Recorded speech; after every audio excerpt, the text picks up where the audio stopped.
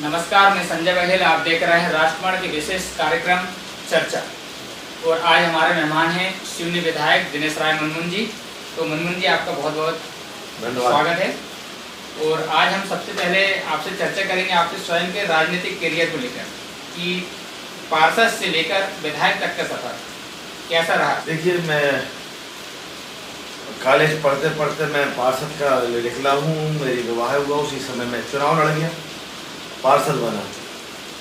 लेकिन पार्षद उस समय बना, उस समय ग्लैमर देख के, राजनीतिक लोगों को देख कर ऐसा लगा कि अपन भी चुनाव लड़ जाते हैं, लेकिन लड़ने की इच्छा नहीं हुई। लेकिन वार्ड के लोगों की इच्छा पाई गई, उन्हीं ने डिसाइड किया कि मेरे को चुनाव लड़ना चाहिए। मैं चुनाव लड़ा और मैं जीत के आया।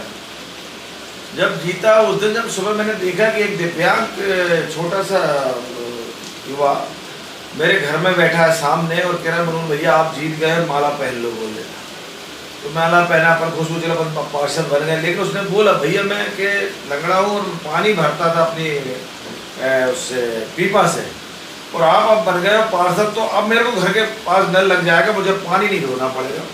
उस समय मेरे दिमाग में ये नहीं था कि मेरे को ये काम भी करना है। पार्षद बन गए, अधिकारी बोल देंगे होगा जो संभव। लेकिन जब देखा कि लोगों की आशा उम्मीद मेरे से जगी कि अगर मुनमुन भैया है तो रोड बन जाएगी, मुनमुन भैया है तो पानी मिलने लगेगा, बिजली मिलेगा, कोई कष्ट पड़ेगा तो मुनमुन भैया है। तो वहाँ से दिल में बात बैठेगी, ये नेता लोग जो काम कर रहे हैं उससे हट के मुझे कुछ ना कुछ अच्छा बेहतर करना चाहिए। तो मैंने पूरी लगन ताकत से नगर परिषद के पार्षद रह के बेहतर काम किया। तो लखनऊ जोन की जनता ने मुझे पार्षद के रूप में चुना, लेकिन कहने लगे इसको तो अध्यक्ष होना चाहिए।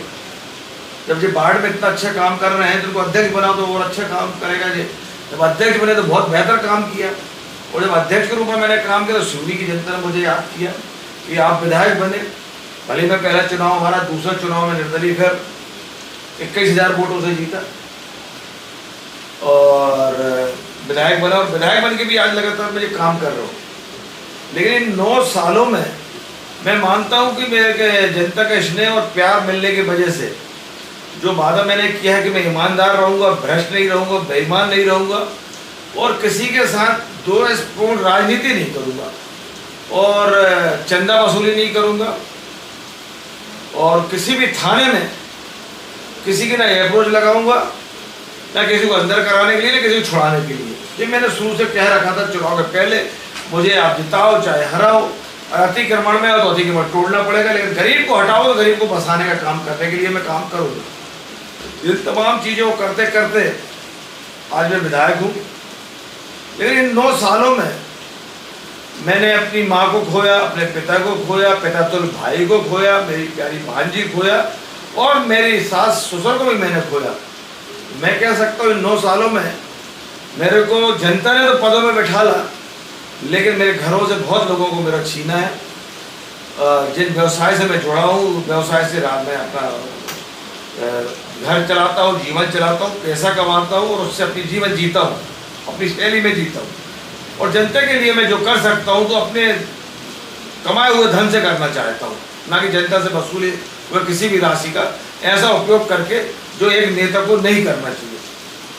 दुख भी पड़े, लेकिन ये जीवन का है, आज दुख है तो कल सुख मिलेंगे, उसी उम्मीद से मैं अपना जीवन को आगे बढ़ा रहा हूँ। और जनता के किए गए का मांग, तत्कालिक सुविधाएं वो दिला देना, वो मेरी प्राथमिकता और मेरा एक सबसे बड़ा काम करने का जो तरीका है।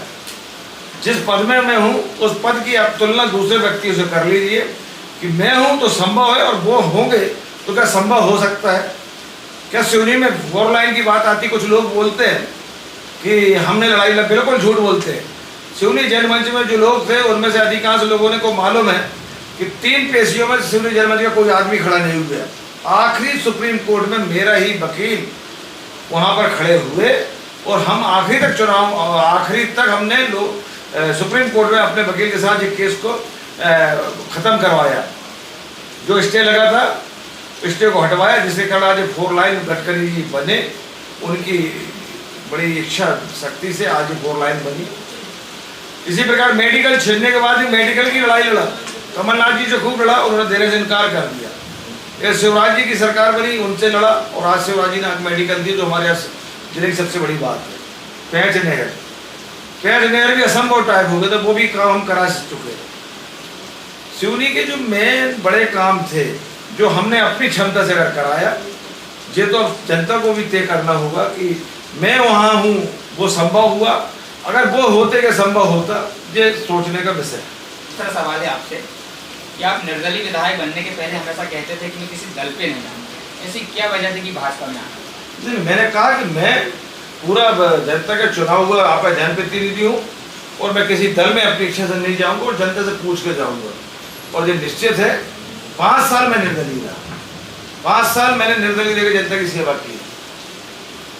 मैं किसी दल में नहीं गया 5 साल। मैं जब 5 साल मैंने जनता जिस वोट को लिया था निर्दलीय के रूप में, उसमें पूरी ईमानदारी से काम किया। लेकिन लोग मुझसे बोले कि भैया किसी दल में रहो, पार्टी में जाओ, क्योंकि सिवनी के लिए बहुत कुछ काम करना है। सिवनी से सब कुछ छीन लिया गया है। मैं दावे से कह सकता हूँ जब से मैं विधायक हूँ यहाँ से कोई चीज़ छीनी नहीं गई है, मगर जो चीज़ छीन ली गई थी उसको वापस लाने का मेरे कार्यकाल में होगा। और मैं अगर भारतीय जनता पार्टी में अगर गया हूँ, सिवनी की जनता से पूछ कर गया हूँ, गांव-गांव में पूछा किस पार्टी में जाऊँ। मैं आपको स्पष्ट बताना चाहता हूँ, मेरी जो ट्राइबल क्षेत्र 34 पंचायत है, उस जगह के लोगों ने मुझसे बोला कि आप कांग्रेस पार्टी में जाइए। लगभग वो मेरे मान के चलिए 30 से 35% क्षेत्र कहलाया और 65% जनता ने मुझसे बोला कि आप भाजपा में जाइए। तो परसेंटेज जो आया वो 70% के करीब मुझे भारतीय जनता पार्टी में जाने के लिए जनता ने कहा। और मेरे जो कार्यकर्ता थे जिन्होंने मुझे निर्दलीय विधायक बनाने में पूरी अहम भूमिका निभाई, दिन रात मेरे लिए काम किया, उनका भी एक तरह से एक निर्णय हुआ। आज सरकार भारतीय जनता पार्टी की है और इसके बाद भारतीय जनता पार्टी की सरकार अगली बार जीतेगी। क्यों ना आप शिवराज जी से मेडिकल की बात करें कि आप हमें मेडिकल दे देंगे तो आने वाले समय में भारतीय जनता पार्टी के साथ चुनाव लड़ेंगे। और वही हुआ, जनता से पूछे गया हो।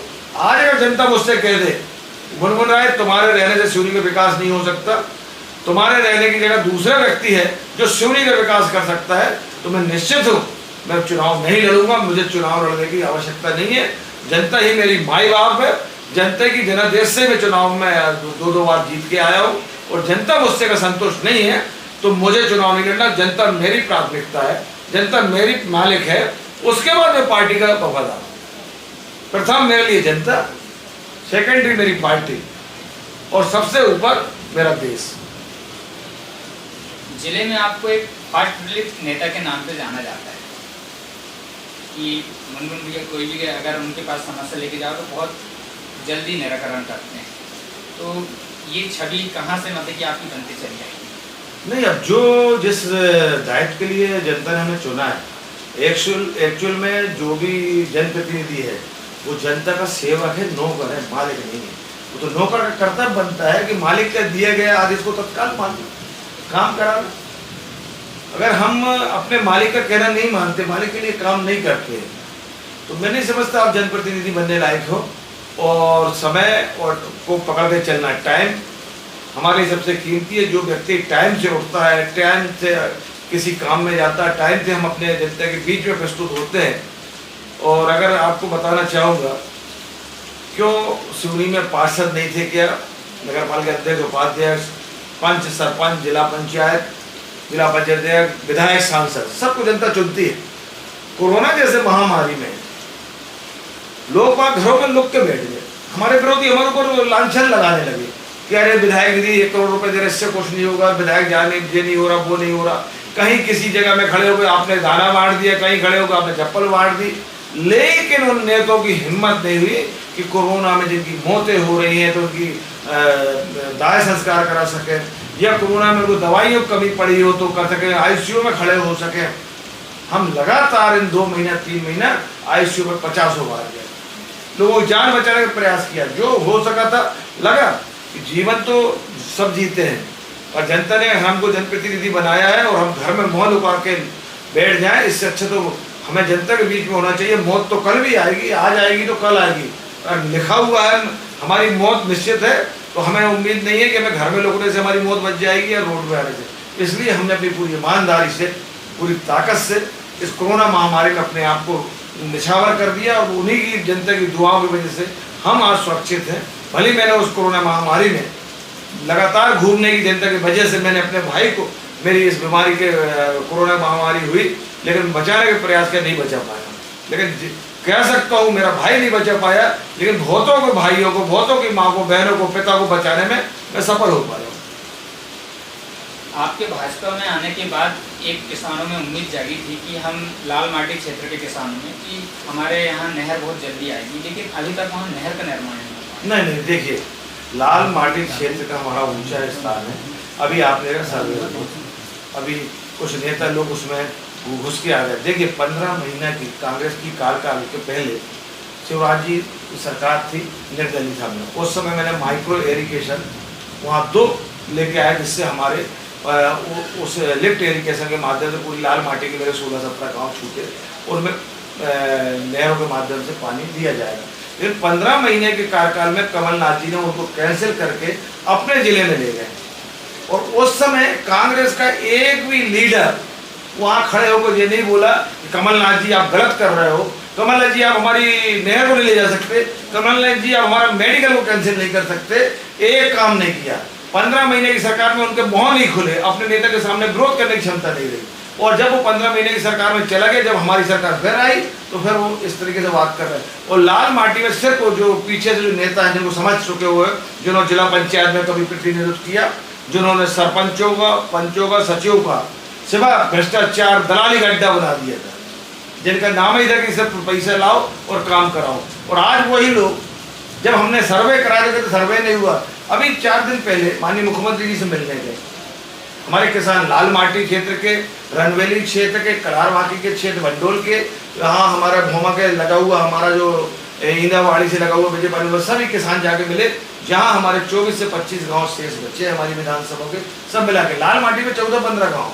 वो ऊंचा होने के कारण सर्वे में जो पहले मापदंड में आ रहा है कि वो ऊंचा स्थान है, इसलिए नहर उन क्षेत्रों में नहीं जा सकती। लेकिन हम उम्मीद करते हैं कि ये पुनः सर्वे, और मुख्यमंत्री जी ने भी आदेश किया है तो उन तमाम गाँवों को जोड़ा जाए, उसको दिया जाए। अगर इस तरीके से हम इस नहर का जो ऊंचे होने की वजह से नहीं जाएगा, परंतु छोटे छोटे डैम बनाकर भी उनको सिंचित करा के छोड़ेंगे। आज जो नहर आई है, मैं दावे से कह सकता हूँ कि अगर हम इतनी मेहनत निर्दलीय रहते नहीं करते, और आज विधायक है भारतीय जनता पार्टी के नहीं करते, तो नहर आ नहीं सकती। मैं दावे से बोल सकता हूँ, अगर ये नहर मेरे जाने के बाद अगर कांग्रेस का कोई प्रतिनिधित्व कर ले, वो कमलनाथ जी से नहीं लड़ सकता कि कमलनाथ जी आपके क्षेत्र में पानी मत दीजिए, हमारे क्षेत्र में पानी जाने दीजिए। वो तो अभी कह के गए, अभी आए तो पानी भेजे, पानी के साथ बोल के चले गए कि ये जो नहर है शून्य में पानी जा रहा है, मेरी जनता दुखी है। मेरी कोई भी जनप्रतिनिधि है, उसकी जनता दुखी, उसको सुखी करने के लिए काम करेंगे। मैं नहीं मानता हूँ कि कांग्रेस के काल कभी आएगा तो शिवनी का हेतु का, शिवानंदों को, यहाँ के नेता सिर्फ कमलनाथ जी की जय करने का काम करते हैं, उनको खुश करने का काम करते हैं, उनसे लड़ नहीं सकते, भिड़ नहीं सकते। मैं कमलनाथ जी की सरकार में भी लड़ा, और आज शिवराज जी की सरकार में भी पूरी ताकत से जनता की बात रखा, लड़ा। और शिवराज जी इस बात से खुश हैं कि तुम अपनी जनता के लिए लड़ रहे हो, खुद के लिए लड़ रहे हो। और कांग्रेस के लीडर खुद के लिए लड़ते हैं, जनता के लिए नहीं।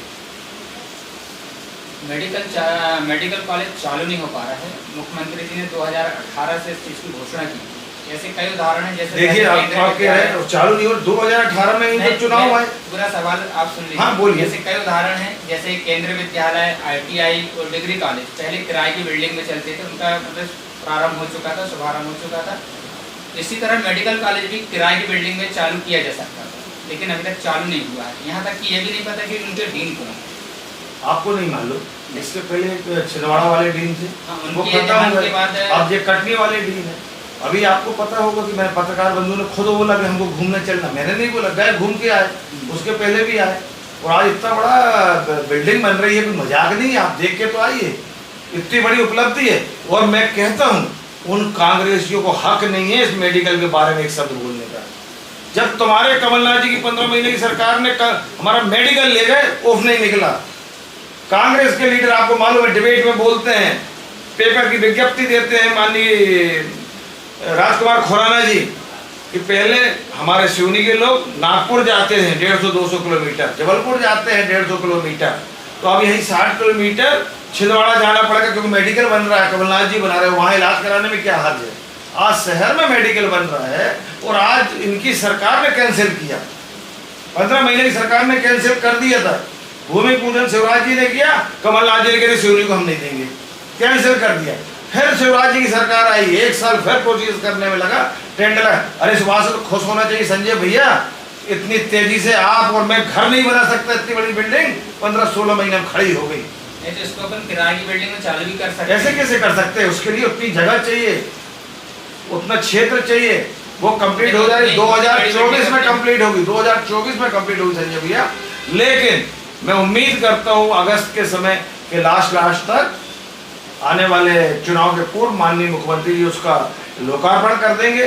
जो हमको तत्कालिक हमारे जो कॉलेज की बिल्डिंग चाहिए, छात्रावास चाहिए, जिससे हमारी पहली शिफ्ट के बच्चों का एडमिशन होने लगे और ट्रीटमेंट इलाज और उससे संबंधित प्रैक्टिकल के लिए वो हमारे सिवनी के हॉस्पिटल से जुड़ जाए। मतलब आने वाले वर्ष से मेडिकल छात्रों को उसका लाभ मिलेगा। बिल्कुल निश्चित मिलेगा, लाभ मिलेगा और जनता को भी लाभ मिलेगा।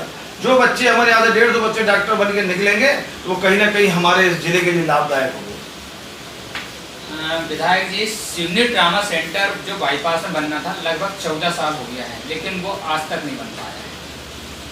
ये NHI के प्रावधान में भी है। NHI के प्रावधान में उसके बारे में मैं बताना चाहता हूँ। हमने भी उनसे पूछा, ट्रामा सेंटर कह के उन्होंने शहर के अंदर हमारे हॉस्पिटल में बनाया है, आप देखते हैं, लेकिन वो कैजुअलिटी वार्ड और कैजुअलिटी वहाँ पर इमरजेंसी करके वहाँ पर इलाज हो रहा है।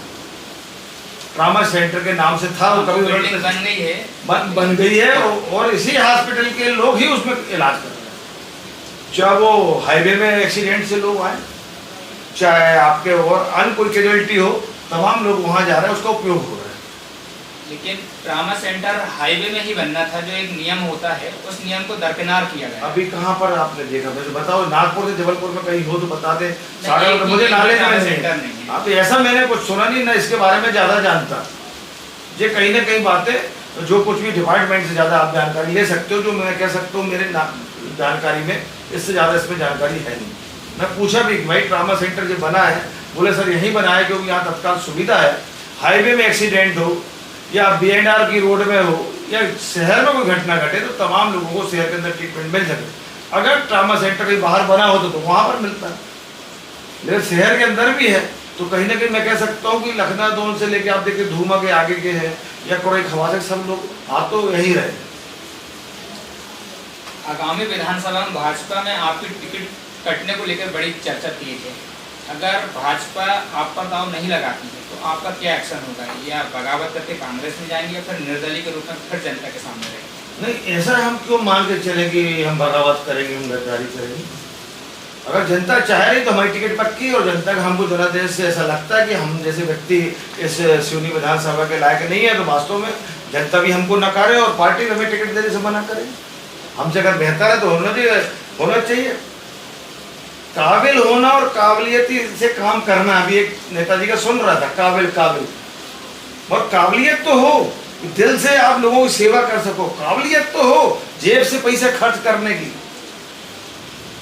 जनता की लड़ाई तो लड़ सको।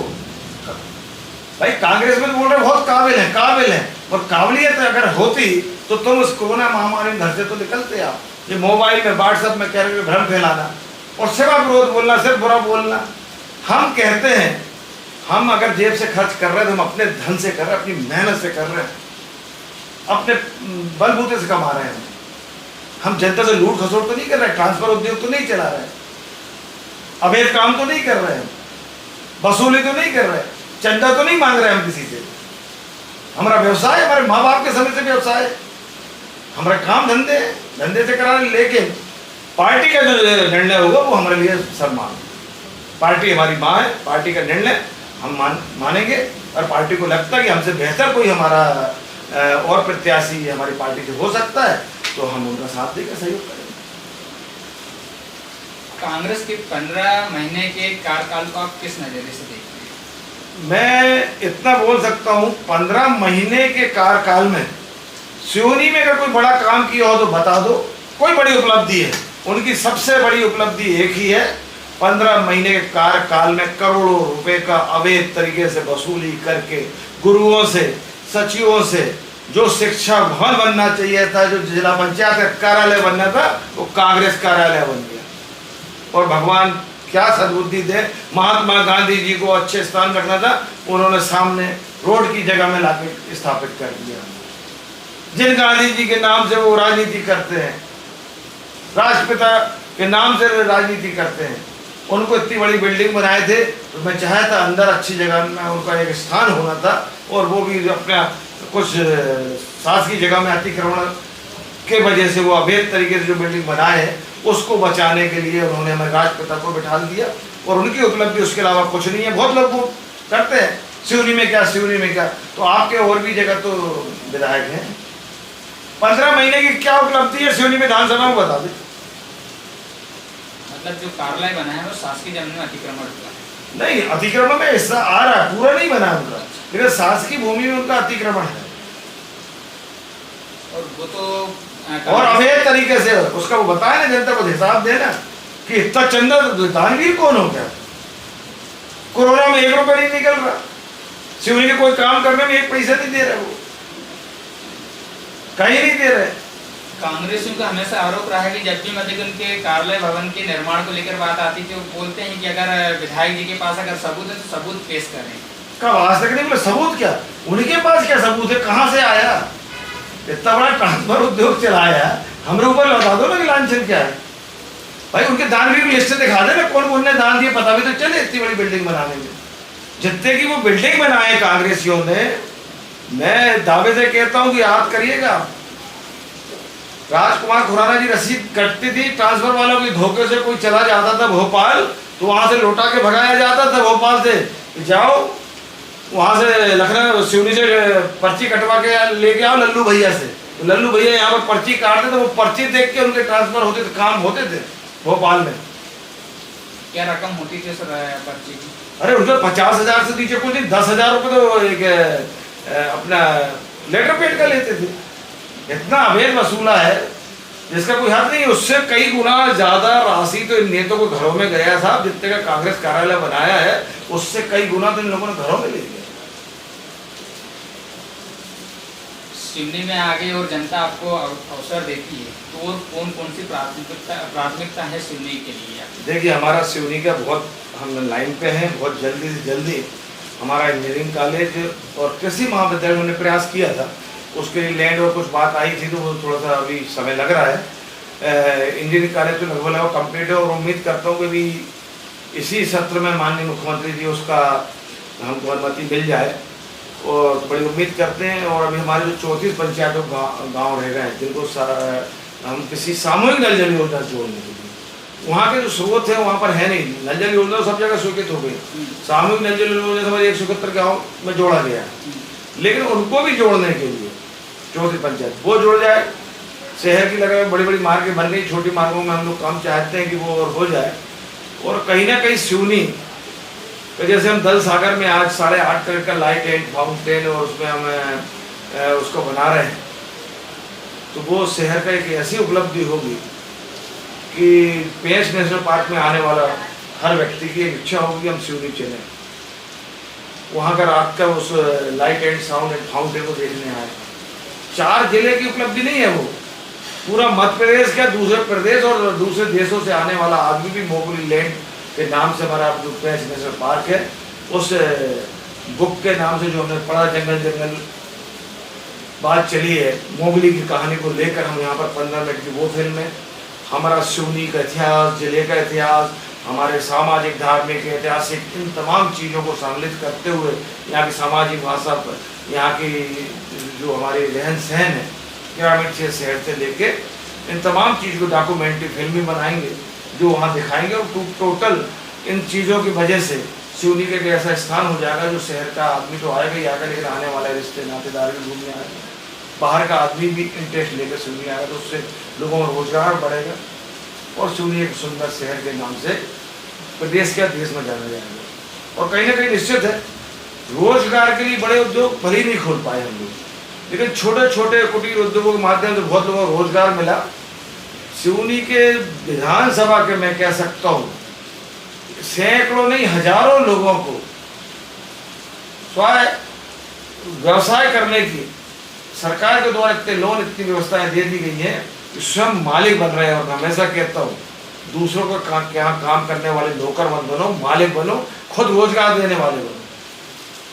आप खुद इतने सक्षम बने हो कि आप दूसरों को रोजगार दे सके। और मैं कह सकता हूँ कि हमारे यहाँ के युवाओं के लिए कई तरीके से खुद के व्यवसाय करने के मार्ग खुला है, और जिसका लाभ केंद्र सरकार और मध्य प्रदेश सरकार की योजना को ले भी रहे हैं।